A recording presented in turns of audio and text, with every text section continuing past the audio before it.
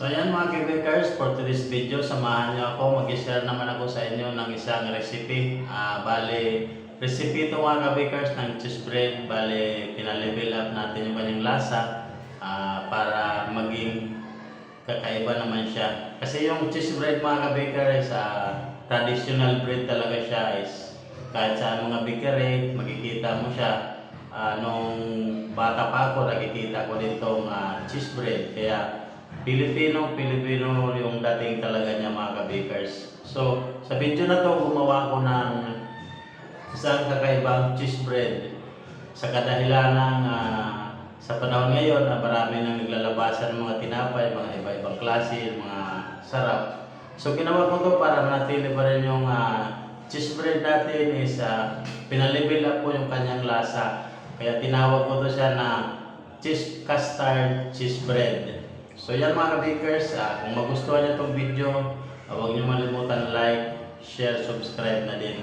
So huwag nating pabain, umpisahan na natin. Let's go!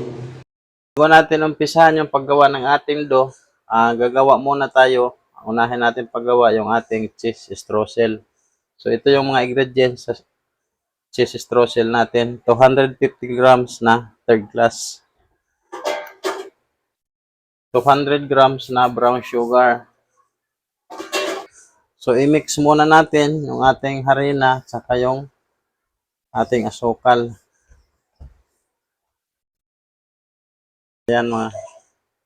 Maglagay tayo ng 250 grams na margarine. So, mas maganda talaga kung grams yung gagamitin nyo kaysa doon sa mga cup.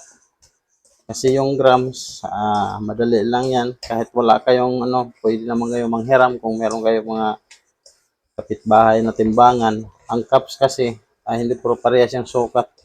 Saka, kailangan nyo pa talagang bibili doon kung wala kayong cups. So, yan, i-mix lang natin. Ito yung ating cheese streusel. So, ayan. So, pag ganito na siya, maglagay tayo ng 60 grams na milk powder.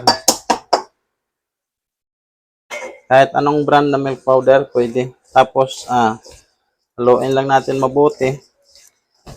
So, itong mga malalaki, kailangan natin itong durugin. Mas maganda kung medyo maliliit lang siya para hindi siya mas matakaw sa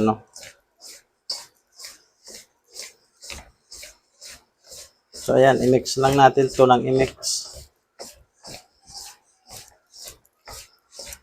So, kung sa tingin nyo, medyo basa pa siya, gaya nito, pwede pa tayo magdagdag ng ating powder milk. And dinagdagan ko siya ng 25 grams na is powder milk. Bali, ang total ng powder milk na gamit natin dito is 80 grams. So, ayan. Mix natin ulit. Hanggang makuha natin yung tamang laki niya. So, kulang pa. So, pag ganito, yan, durugin lang natin yung mga medyo malalaki pa na butil. So, ayan. So, pwede na yan. So, ang gawin natin, maglagay tayo ng cheese. Noon lang natin yan.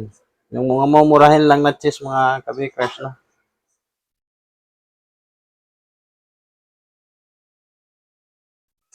Para mas masarap. So, tama na yan. Okay na yan. Mix lang natin.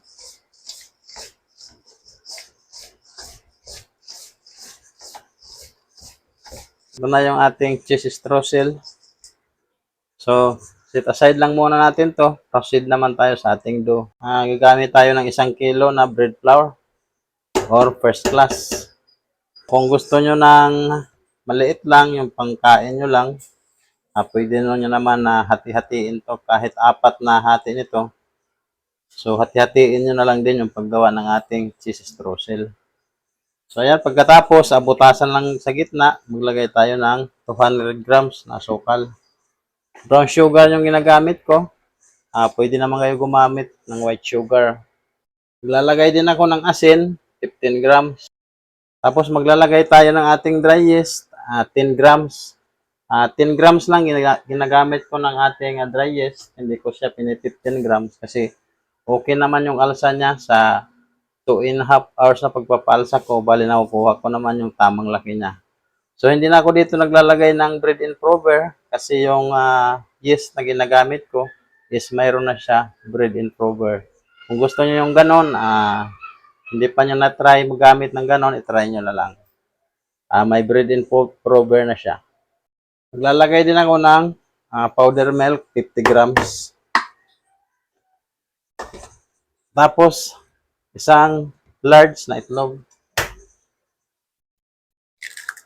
Yan. Maglalagay din ako ng vanilya, isang takip. Yan, pampabango. So, maglalagay ako dyan ng tubig, isang cup. Bale, itong cup na to, ang katumbas nito ay isang lata ng ibap. Kaya madali lang hanapin ito mga kabikers. Kung wala kayong cup, pwede kayo humanap ng lata ng ibap. Maglalagay din ako ng tig yellow na food color at sansahan na lang to. Kung gagamit kayo ng kutsara, kahit 1/8 tablespoon sa 1 kilo. So, tutunawin ko lang yung mga dry ingredients na ilinagay ko. Ayan.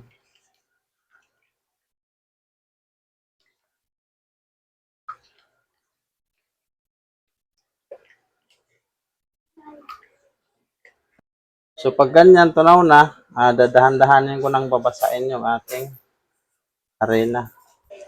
So, pag ganyan na, basahin na natin ng kamay. Ayan.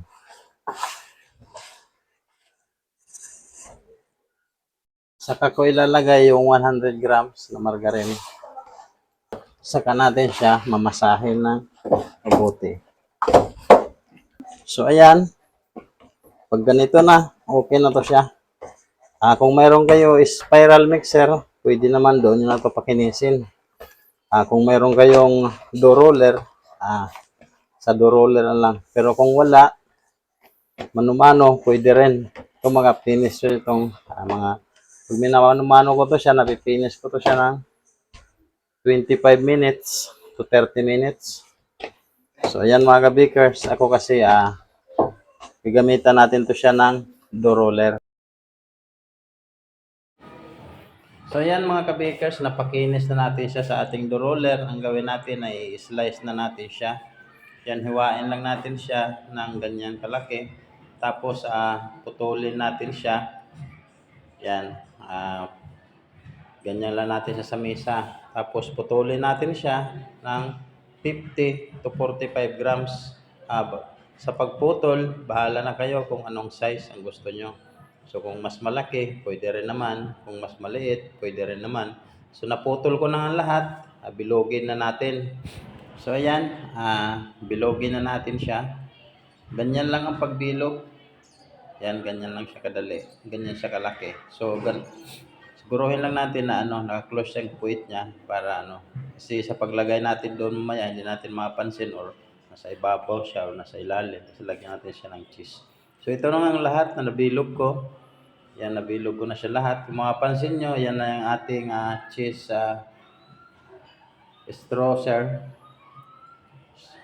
So, yan, may tubig ako doon. Binasa ko pala yan sa tubig tapos ilinagay ko dyan sa may atin cheese. Yan. Tapos, binilog ko siya para didikit yung cheese natin. So, ganyan lang ang ginawa ko sa kanya. Depende na yun sa inyo kung paano siya gawin. So, ito, meron pa tayong natirang cheese, itatabi lang natin. Tapos, ito na, pinapalapad ko lang. Tapos, papalsahin ko to siya ng 1.5 hour para makuha ko yung tamang laki kasi pagbenta to siya. Yan siya. Ganyan ko lang siya pinalapad. Yung tanong kayo kung magkano ang presyo niya is 10 pesos yan. So ayan mga kabakers, ganun lang palsahin ko muna siya. So habang pinapalsa ko yun, nagluto na nga ako dito ng ating custard. So naglagay ako ng 2 itlog. Bale ito yung palaman natin. I-mix ko lang siya hanggang maging ganito yung kanyang kulay. Tapos naglagay ako ng asin, 1/8 tablespoon, vanilla, 1/2 tablespoon. Tapos naglagay din ako ng evaporated milk, 1 cup. Tapos condensed milk, 1 cup din. Tapos mix lang natin. Ayan, para arte combine. Tapos naglagay din ako ng cornstarch. Portable spoon. So ayan, suggest lang na huwag niyo masyadong punuin kasi itong pagkagawa ko dito medyo tumigas yung mustard ko. Pero okay lang naman, malasa din naman siya. Pero mas maganda kung medyo basa siya konti. Dito kasi medyo tumigas kasi medyo punong-puno yung paglagay ko ng ating cornstarch. So pag ganyan, wala na kayong makita na cornstarch yan na lumulutang, lagyan nyo na ng apoy. Kasi habang minimix natin ganyan, walang apoy yon. So ayan, pinaapo na yan dyan. Pag napaapo yan na, huwag kayo titigil sa pagmimix. So nag-add ako ng konting food color. Yan, may apoy na yan, huwag niyo titigil paghahalo kasi mausunog ang ilalim. Yan. So pag ganito na, pwede na tayo dito maglagay ng dairy cream mga kabikers. So ayan, yan pag ganito na, lagyan natin ng dairy cream, 1 tablespoon. Yan, hindi ko na ipakita. Yan, naglagay ko ng 1 tablespoon dairy cream. Tapos imimix natin siya ulit. Yan, mix lang natin. So ayan na siya. Pag ganito na siya, medyo matigas nga to pagkagawa ko gaya ng kanina, wag niyo masyadong anuhan yung cornstarch punuin. So binlagay ko lang sa pang-icing bag ko or piping bag na lang kung tawagin. So ayan. Ganyan ko lang siya i-prepared, no? So yan mga kabikers, pagkalipas ng 1.5 hours, ito na siya. Lulutuin na natin siya mga kabikers. Nagpainit na din tayo ng ating oven. Naluto ko siya mga kabikers ng 15 minutes. So ayan na siya, luto na. So ayan mga kabikers. Yun, papalamigin lang natin siya. Pagkatapos ay bubutasan na natin. Tapos lalagyan na natin siya ng ating palaman. So yan ang traditional na cheese bread mga kabikers. Ganyan lang siya. Pwede na natin siya ngayon lagyan ng mustard, yung kanyang palaman. So sa pagbutas, ganun lang. Yan. Naubusan kasi ako ng guantes, pasensya na kayo, kaya ang ginamit ko is plastic labo na lang. Yan, gumamit lang ako ng spatula ko, yung medyo patulis. So depende lang sa inyo kung anong gagamitin nyo na pambutas. Stick, kahit ano, available sa inyo, pwede yan. So ayan mga bakers, tapos na nga tayo. So maglagay na tayo dito ng ating palaman. So sa paglagay ko ng palaman, ganyan lang mga bakers. Ayan. Unang subok ko, hindi masyadong lumalabas kasi medyo maliit yata ang butas. Kaya binutasan ko uli, pinutulan ko uli yung piping bag ko para lumabas yung palaman. So ayan, lumabas na siya. So yan ang finished product natin. Nalagyan na natin lahat. Nalagay na rin natin siya sa ating tray. I-display na natin. So ayan mga kabikers, tingnan natin yung kanyang naging texture ng ating mustard cheese bread. So ayan, 'di ba? Napakasarap na niya. So ayan mga kabikers, hanggang dito na lang. Sana nagustuhan niyo tong video natin. At gaya ng sinabi ko na, kung bago ka pa lang dito sa channel ko, kung kalimutan like, subscribe na din para updated pa kayo sa mga video natin na gagawin. Mapansin nyo, mayroon mga itim-itim sa may cheese sa ibabaw. Yun sa paglagay natin kaya ng ating cheese streusel yan, naglagay tayo ng cheese.